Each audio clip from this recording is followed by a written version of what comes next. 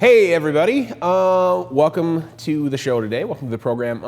Today I have a very special guest, and actually it's a lady that I've grown pretty fond of. We've had a few conversations, and they've been amongst the best conversations that I've had on the topic of lucid dreaming.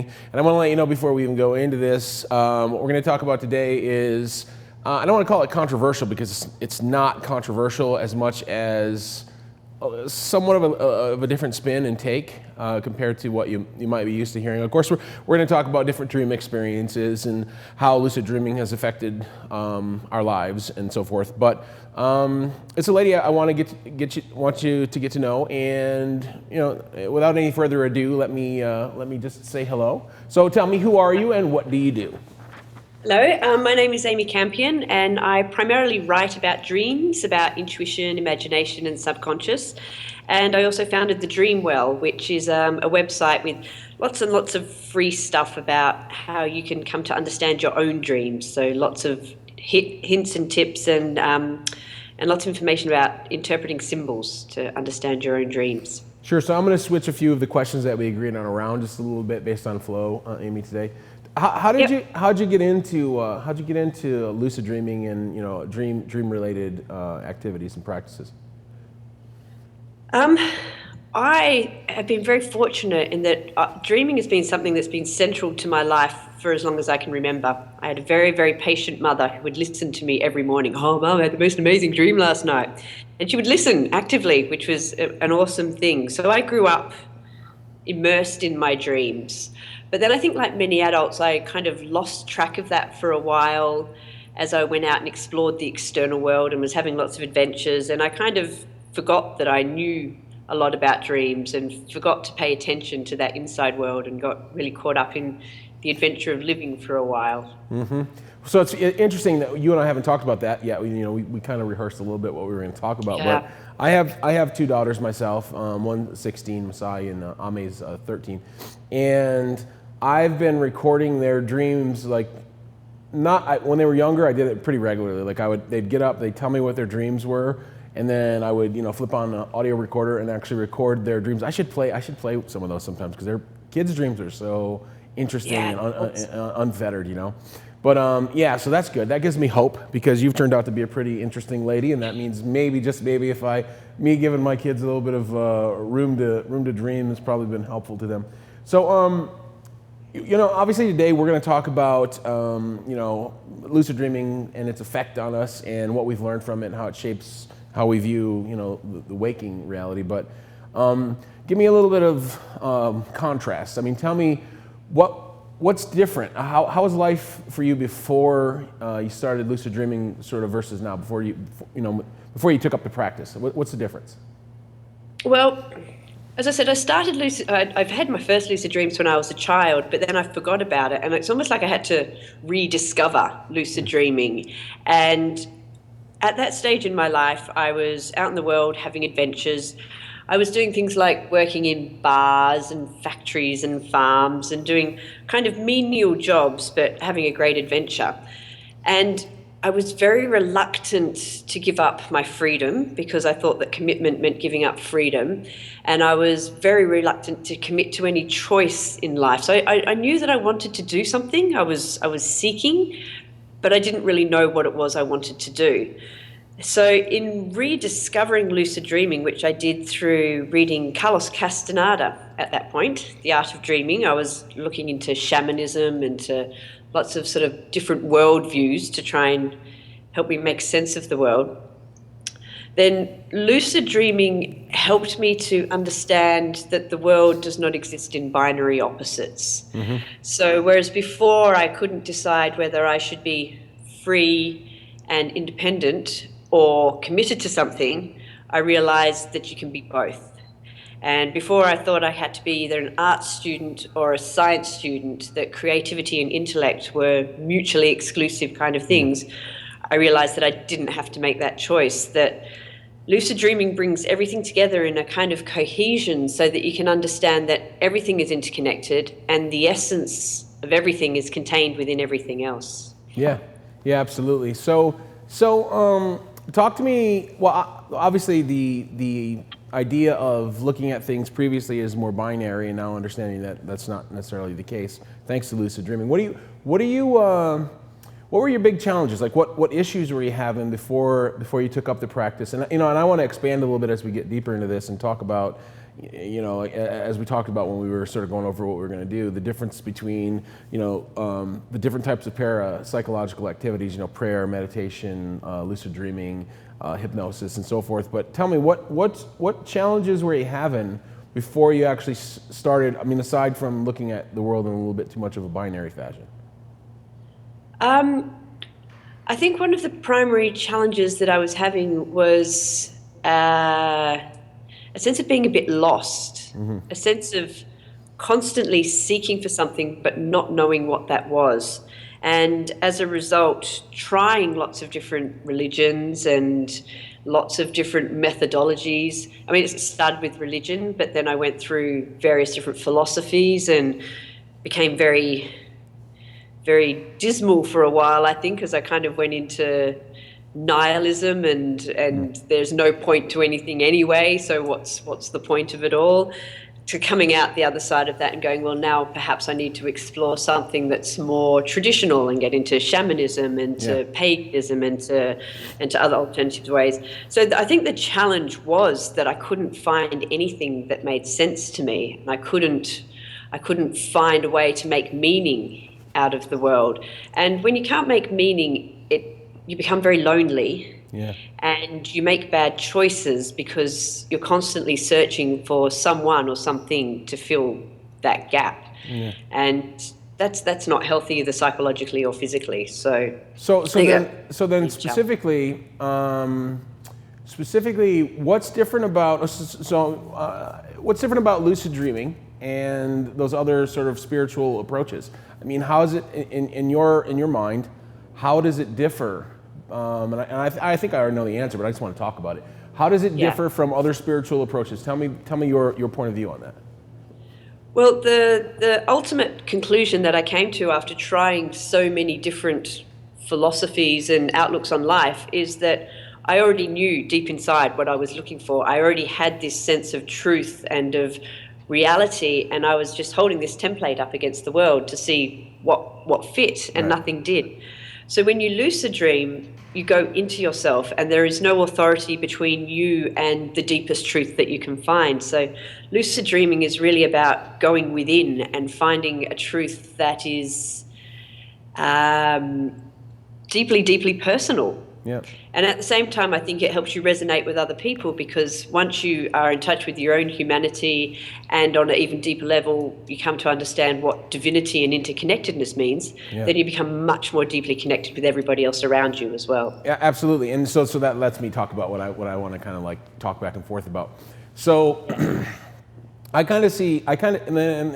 you can expand on this, please, because I'm always, as I learn things, I'll add them to my sort of my nomenclature and the terms that I use, but I kind of see there's 4 or 5 parapsychological activities, and the reason I personally gravitate to toward lucid dreaming is because it honestly is the only one that's actually scientifically proven that it's occurring when it's occurring. So prayer is one, and I pray, but I believe prayer is not so, like a lot of people I think use prayer in a way that I wouldn't use it. I won't say it's wrong, but prayer to me is about you communicating with a divinity source, right? Whatever your personal divinity source is. And a lot of people kind of use it like, I don't know if you know the old Janis Joplin song, "Oh Lord, won't you buy me a Mercedes-Benz?" But exactly. I kind of think of it just more like a phone call to a friend. That's what that's for. It's, at least in my spiritual belief system, it's kind of like, hey, how's it going? And a thanks for setting me up with all the stuff you set me up with. What's going on with you? If I was the creator of an entire reality or layers of reality, that's what I would want that to be about. And I feel like a lot of people use it sort of like find answers, and that's fine, or to get make requests. And it's more to me like a gratitude session and a mutual gratitude session. Hey, thank you for being so thankful.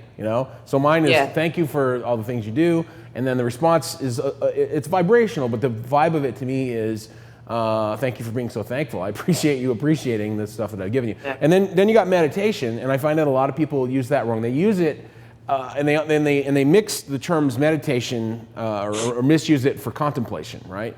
Yes. Like I meditated on this the other day. No, meditation to me, and then I'm open for correction here, is about sort of just observing and detaching and allowing, kind of allowing things to happen. And so when people say that they meditated on it, I question whether or not their understanding of meditation is different than mine. Then you take, I guess the other one to me would be chanting. But chanting is a lot like prayer, and again, I kind of think of it as more of an exaltative thing than so much of a way to like achieve something. It's more of a getting yourself in tune and in frequency, right? And then hypnosis is kind of the other parapsychological activity. And my issue with that is, me personally, doesn't work for me. I have actually a lot of friends that I actually help as a marketer. I help them sell hypnosis stuff, but I don't like people hypnotizing me. I don't like it because I don't want anybody else sort of controlling how I think or my path. And it's fine if that works for some people, it works for them. But for me personally, the reason why I like lucid dreaming, in addition to it being, tests have been done that prove that while you are unconscious and dreaming, you can at least make certain eye movements in that time frame. Yes. So it's at least proven to exist. But from the way it functions standpoint, it's nobody else, to add on to what you said, it's nobody else telling me how I should perceive things or do things. It's not me misusing a time when I should be doing something else. It's me going inside of myself, or wherever we are when we're dreaming. I don't make no claim about that, but it's me going internal and discovering things that are directly related to me, because it's my unconscious and my conscious sort of talking through the subconscious conduit. And funnily enough, actually right before I came on to do this interview with you, I was just having a lucid dreaming session, and kind of in that state, I was thinking about what we were going to say today, and including this portion of the conversation. And actually, when we were rehearsing the other day, I didn't. I realized that there were some things that I missed, and I just want to kind of draw out of you. But that, to me, it's a perfect sort of practice ground and explorative space to really discover yourself, and also to help shape how you interact with the waking reality. So that's my take on it, and that's why I gravitate toward it as a parapsychological activity. So anything you want to add there, please do. A couple of things. The first thing is I just want to pick up on the word exploratory, and I think that to me is really at the heart of what all this is about. Is there's nobody telling you the answers. There's nobody telling you this is the way it should be done. There's nobody there with a map saying go this way and then go that way. And if you meditate, then you're going to achieve the alpha state, and that is the goal. And then you're going to create different theta waves in your brains and blah blah blah. There's no goal there. It's exploratory, and to me, that open-endedness and that freedom is exhilarating and life-affirming and pure. It's unadulterated by some other human being. As you can see now, when you start having the conversations with people, then it's something that you can start linking into other people with, and you can share the adventure, but as equals. There is nobody who's leading you, and there's nobody who's following. Very key point. There is no pastor, no priest, no guru, no saint, no nothing. It to me, for someone who takes a lot to individualism while respecting that others have their own individualism, it's the ideal way for me to experience reality, waking reality different, while also experiencing dreaming other realities differently too, without anybody sort of. I mean, I do have dream guides and so forth. Actually, we never talked about this, and when we were talking the other day, and I should have probably asked you. So two questions that aren't actually on our agenda. Number one, talk me through your personal process, and it's important to understand that I always tell everyone to find their own path towards lucid dreaming. There are practices and there are exercises that you can do, techniques, different types of herbs and substances that you can take in to help you. But ultimately, it's everybody's path to find it on their own, or everybody's job to find it on their own versus having somebody tell you how to do it. But I am fascinated to kind of hear what your process is. How do you set yourself up to become lucid in your dreams? What's your process?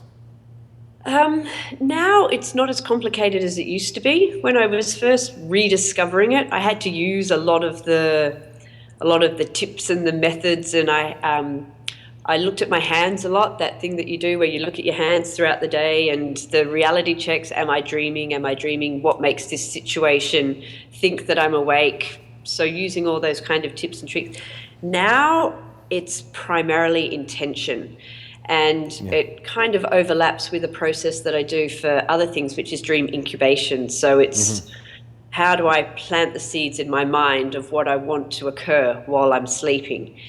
And it's a very mental process now. It's kind of hard to explain because it's become so sort of innate now that it's if I really want to do something out of the box, I might use tools like writing something down or looking at pictures, or as we spoke about in the very early days, scent, using the smell of things because it's so evocative emotionally, flowers and incense and perfumes and things like that.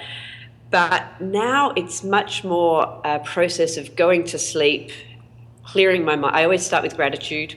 So that's the process of like, I'm so grateful to be here and to be able to do this and for all these other things. And that, I find that's a very clearing process. It clears your mind and it gets rid of any latent anxiety or stress that might be there, because I find that really interrupts the process. It does. If I've not done that well, I know it because it'll bubble to the surface and completely take over in the night. It'll be the one thing that's just bugging you. It'll be like, oh, you didn't do this, or you're worried about this. And it's like I have to deal with that mentally before I can have a good lucid dream. So I do the gratitude. When you say gratitude, just to expand a little bit on it, is it a process where you're just going through what you're thankful for, and that helps you clear the slate to kind of set you up to get lucid, or what? Yeah, it is, but it's taking time to dwell on that as well, and to truly feel the thankfulness rather than ticking it off.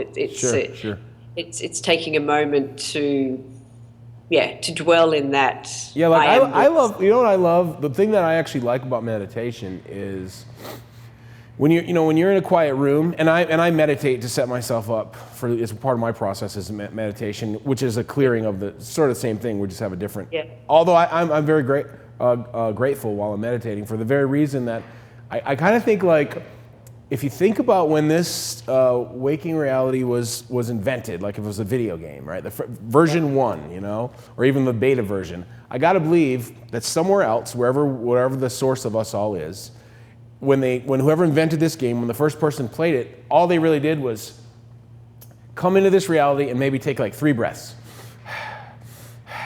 And then it was over, and then they went back and they were like, that was really cool. And so, like the old video games of like pixelated, like, square looking things, and now they're like so real and everything. And then, yeah, exactly. And then eventually layers and layers got added on, but the real initial magic of this reality to me is just breathing. Because we have a finite number of breaths that determine the expanse and time frame of this reality. Whether it's 1,742 breaths that I'm going to take from breath 1 to breath last. And so when I meditate, the thing that I actually become the most grateful for is I just realize that this thing that's going on automatically, that my unconscious is driving, but that I can control consciously because I can hold my breath right now if I want to, but mostly my unconscious is kind of doing it. It's a place where the conscious and the unconscious actually meet, and there's a quick flash when I'm meditating, when I'm focusing on breath, that I suddenly become very grateful just for the fact that I can breathe. Just for the fact that I can breathe, that I get to breathe, and that sets up a whole nother sequence of like, life is actually great, and all the stuff that I've been worried about, like somebody on my team didn't do something right, or the government's got me kicked off or whatever, but I get to be here, and now I get to go from here to another place and actually dream. So it's interesting that I haven't actually had that conversation with other people where most other people tell me that they do like the reality checks or that they take certain kinds of herbs or drink certain kinds of teas and so forth. But I think just being grateful is a pretty good tip to actually set you up, because it puts your mind in a space where your conscious and unconscious are actually kind of locked together, which is really the key. I always tell everybody, if you can actually understand how the conscious and unconscious, where they intersect, that's actually especially that's lucid dreams, because that's really what's going on, is you're both conscious and unconscious kind of simultaneously. So anyway, sorry to derail us there from the path, but I was just curious what your technique is. You can continue if you want. I didn't mean to cut in. No, the only other thing I was going to say then is, because it's picking up on another word that you used, is source. I have struggled through my quest to understand divinity and God and all those kind of things, and I now have a process that I call return to source. So if I ever feel distracted, this is, to your point, somewhere between breathing and holding your breath, between conscious and unconscious. It's that point where you're looking within, but you're aware that you're looking within, and it's that kind of moment where you go, where do I come from? Where do I start? Where do I end? So it's that sort of, you could sort of describe it as contemplating this, the ring, the circle, the perfect circle, but it is like, I just refer to it as return to source. And in that moment, I kind of gather myself and I pull myself back together. I'm stop being fragmented and having different thoughts. And if I've done the gratitude before then, that moment of returning to source it's like a pure peace. It's a clarity. And if I can achieve that before I go to sleep, then I'm much more likely to have a lucid dream. Yeah. Because So that feeling carries over. Yeah, and it's a tuning. To me, it's a tuning thing. Like when you use your one string to tune another string on a guitar, and the next string to tune the next string. It's a little bit like that to me. It's hard to explain, but the idea is basically get yourself tuned and prepared for the song to actually, for the notes to actually sound good. So we kind of covered a few of these.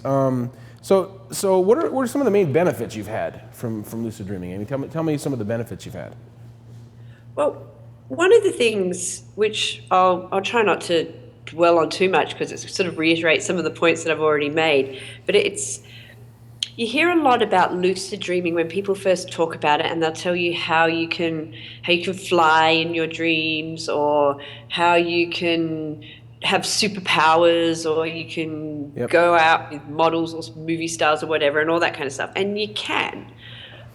But the benefits that I found from lucid dreams are not actually so much from the content of the dreams themselves, but of the very act of lucid dreaming. Yes.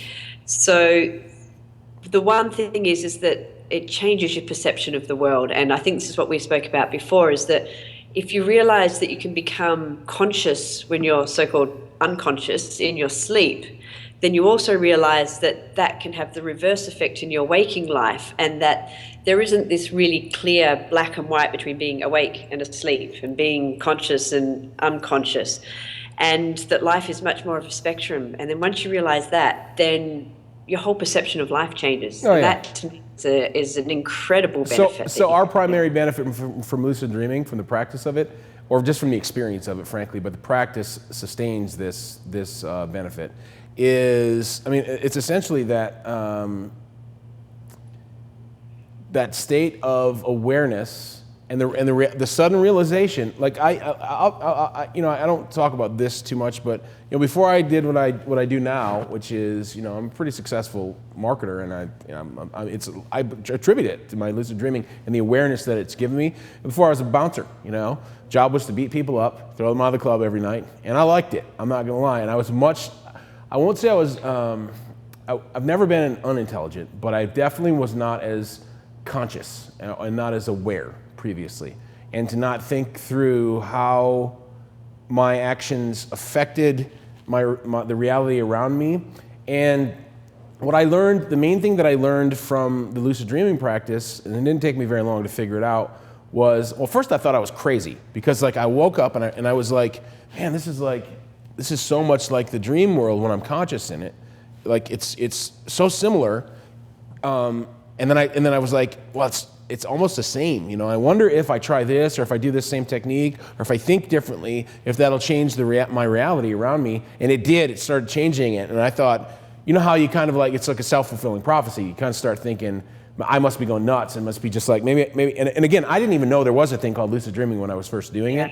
I just was doing it, and then I did the research on it later, and then I realized, wait a minute, I'm actually like doing the same thing in the waking reality. It's similar, not exactly the same, because you can change everything while you're lucid in your dreams, but you can definitely bend your reality a lot when you're awake. And what occurred to me was simply that everyone is dreaming together in this reality. Basically, it's a shared reality or a shared dream, whatever you want to call it. Those words are interchangeable to me, dream and reality. And that I can bend it just so far without breaching the contract, the unspoken contract that I have with other people, to where, and I think some people do overdo it. They overbend reality in a way that sort of isn't good karmically.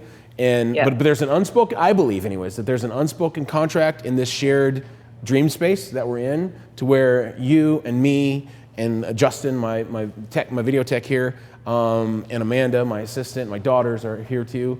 We're all sharing this reality together, and as where our realities intersect, you can only bend just so much. But if you can get everybody around you by changing what you're projecting, it sort of is contagious, and they'll bend reality with you. It's fascinating how you can spread it, even though the rules seem to be that you can only bend it just so much. And I think certain people have a much more of a manifestation, or whatever phrase you want to use, for their ability to bend reality. But my ability to manifest things just from lucid dreaming, and I tell everybody, the experience of having it, whether you get any of these benefits that the experience of lucid dreaming, whether you get any of these benefits that I sort of tout, that I know that everyone gets from doing it, just the experience is awesome. But man, the side effects are like so incredible.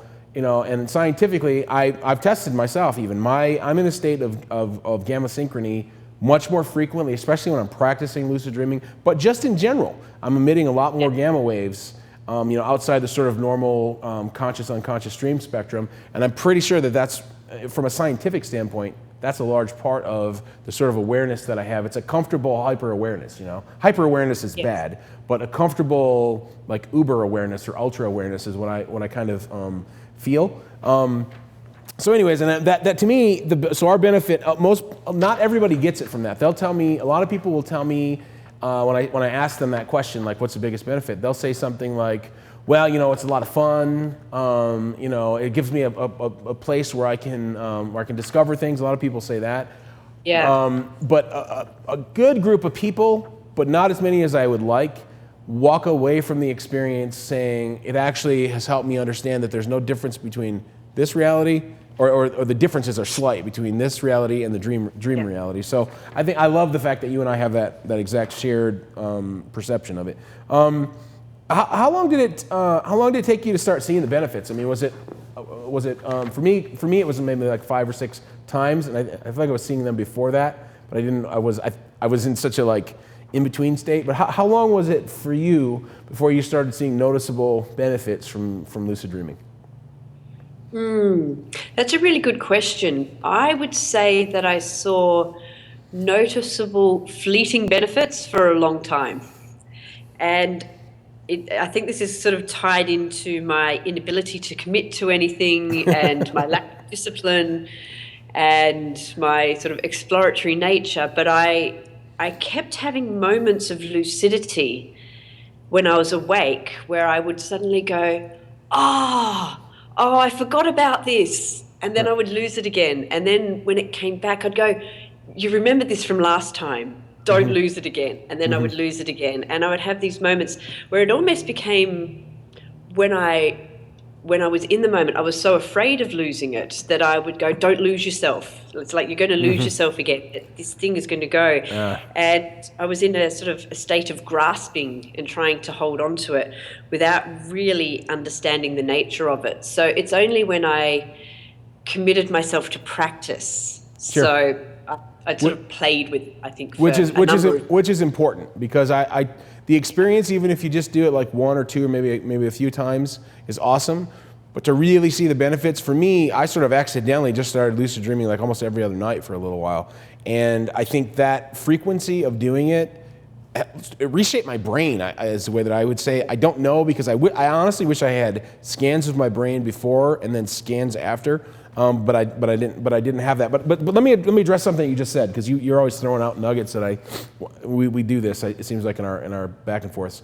The phrase letting, you used the phrase to let, versus the clinging. The biggest problem I was having when I was trying to recreate the first sort of accidental lucid dream I had, where I saw my mother, who had passed away a couple weeks earlier, I was trying to recreate that space and that experience so I could get back and talk to her one more time in my first sort of like sessions of lucid dreaming. And I remember when there was what happened that was making me fail initially was I wasn't letting it happen as much as I was trying to make it happen. So make versus let was a click point for me, and it's one of the things that traveled with me into waking life.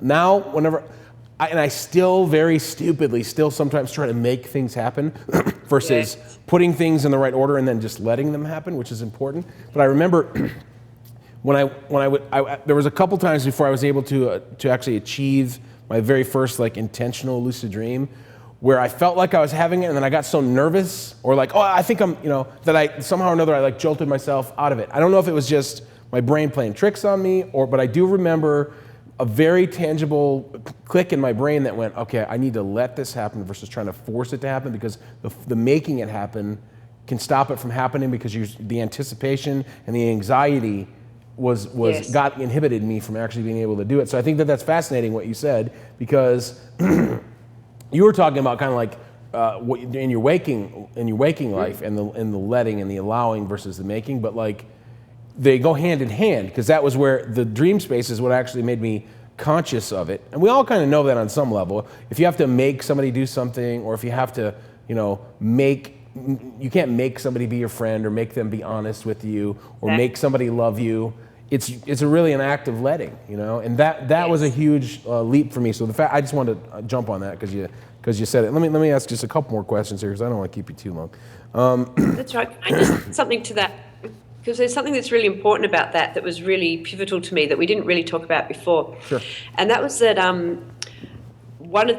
actually had misgivings about lucid dreaming, because I knew about it and I'd done it a bit, but I was reluctant sometimes to do it because I had read about lucid dreaming as controlling your dreams. Yeah.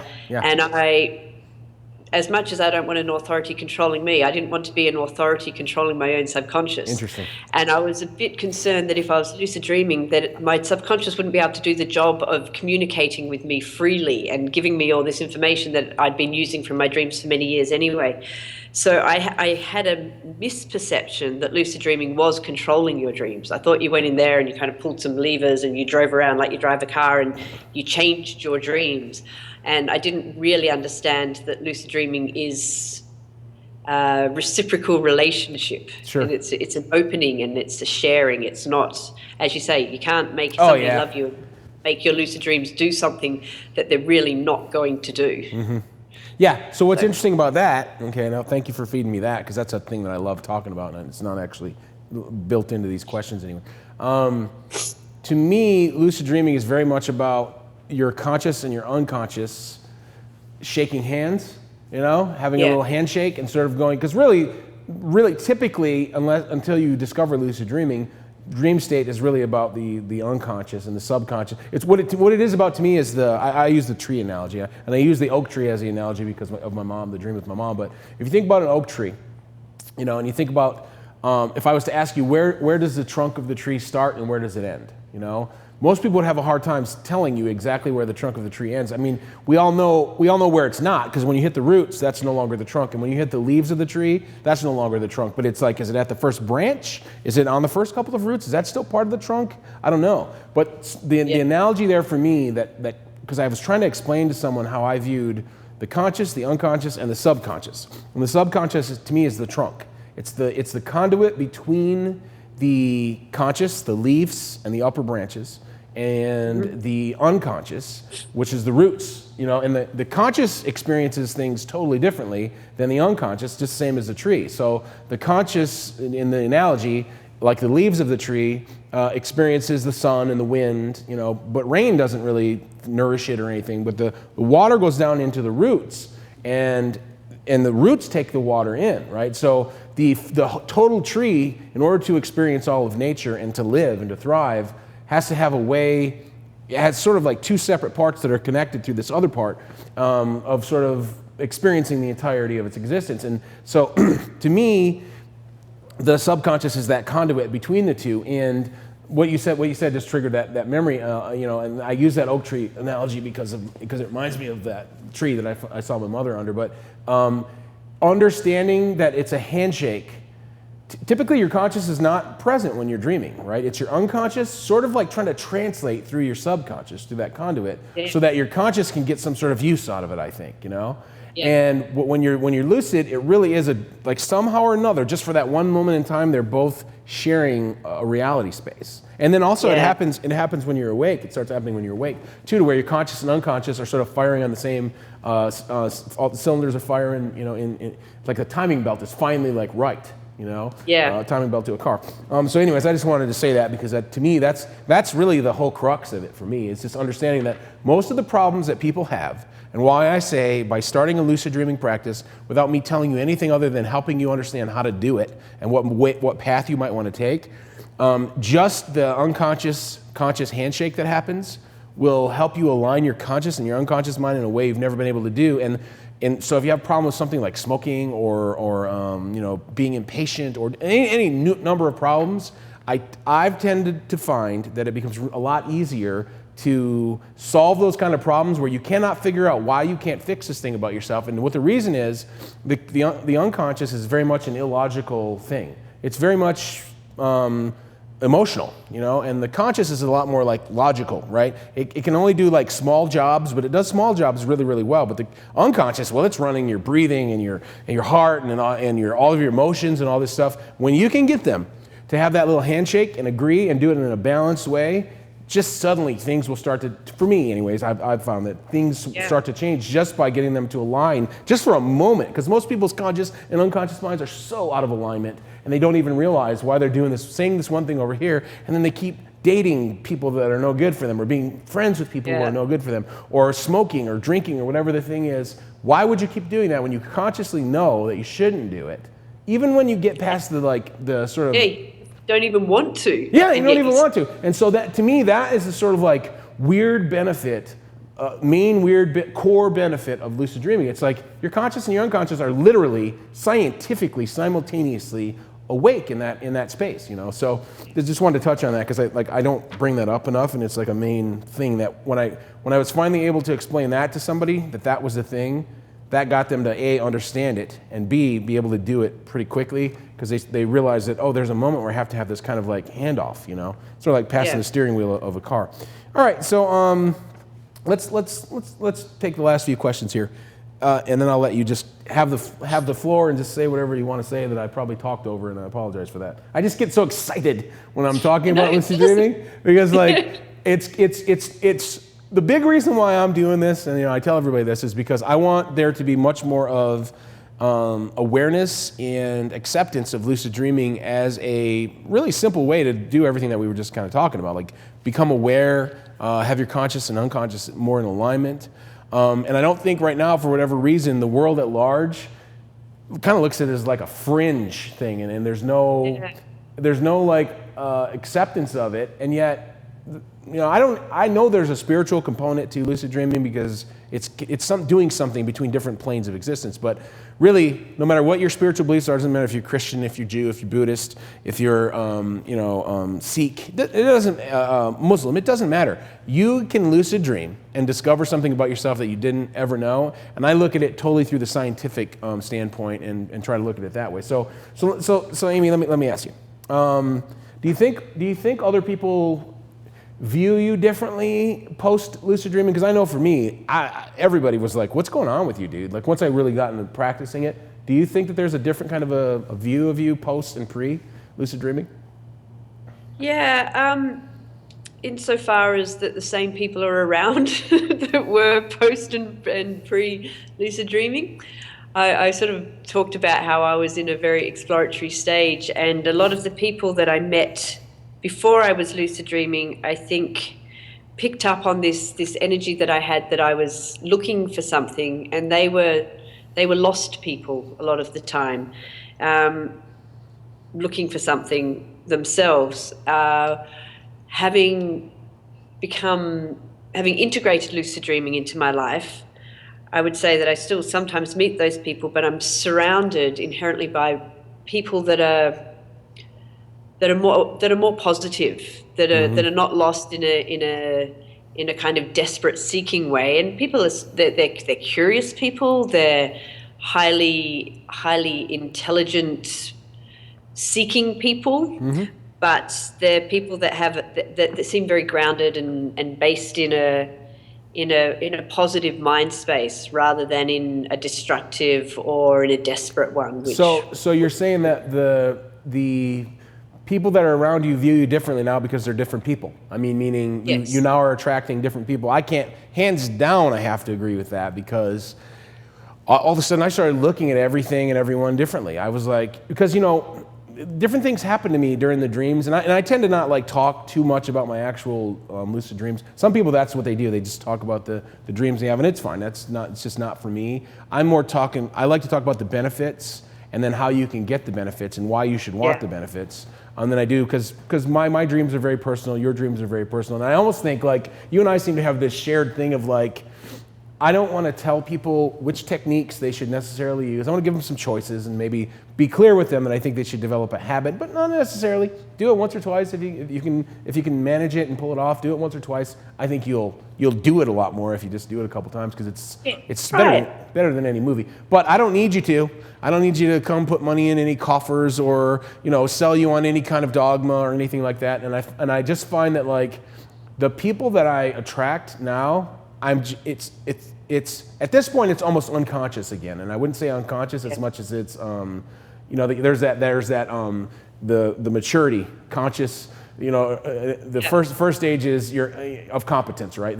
You're unconsciously incompetent, right? And then you become consciously incompetent, where you're aware that you're incompetent and then you're not doing something, and then you become consciously competent, and finally you become unconsciously competent, right? To where you're not even on autopilot, right? That's the progression. It becomes integrated. Absolutely. And lucid dreaming is a great way to go make that progression very fast in anything. Like I've done things where I've practiced different physical activities, darts. I practiced darts in my lucid dreams. I just wanted to try it. I even played chess in there for a while. It was like I went on this trip for probably about like 3 weeks where I played chess against people in my lucid dreams. And my chess score actually went up by 3. I mean, because I like to experiment and see. I wonder if I just do this in there, because the mind doesn't know the difference between you doing something in reality or in waking reality versus there are all kinds of studies on this, by the way, and doing it in a virtual reality. So if whether it's a virtual reality as in lucid dreaming or in a video game where you're doing something, the mind has a hard time separating. The brain does. So okay, let me just wrap this up.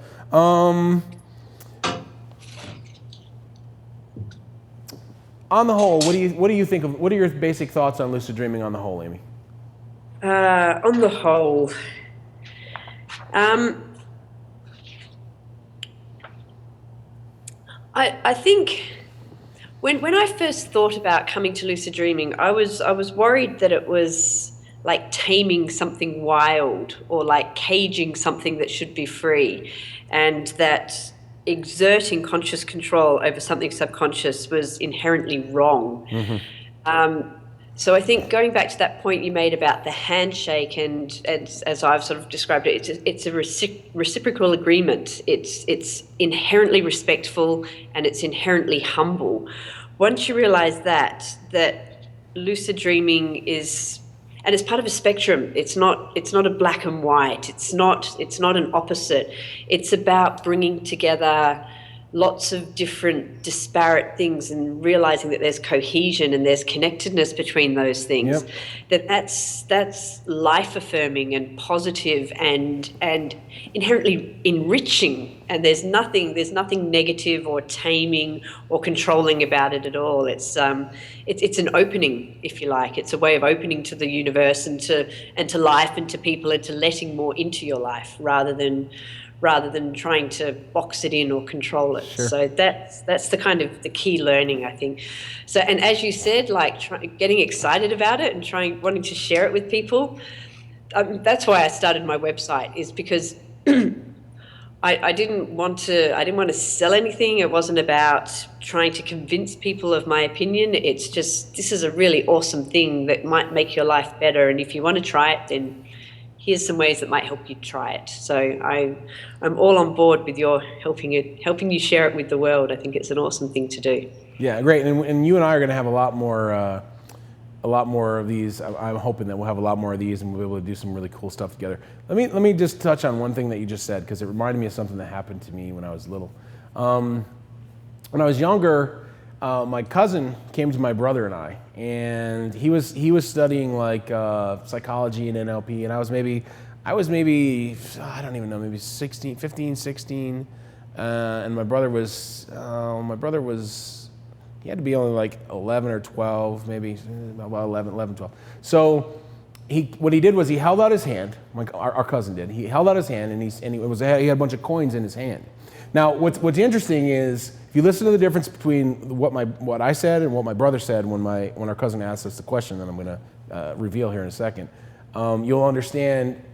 My perception of your transformation and your shift is the dichotomy between the two answers and the two positions that my brother and I gave. So my cousin asked us, tell me about the relationship between these coins. It was pennies, nickels, quarters, a bunch of different kinds of coins. And my brother said, well, they're all different. I mean, some of them are big, some of them are dark, some of them are silver, some of them are worth more, some of them are worth less. And I said, I see them as very similar. I see them as, they're not that different in size. They're all circular for sure. They're all made of metal. They all represent money that doesn't really exist, but that's a separate political belief. But they all represent, they're all currency.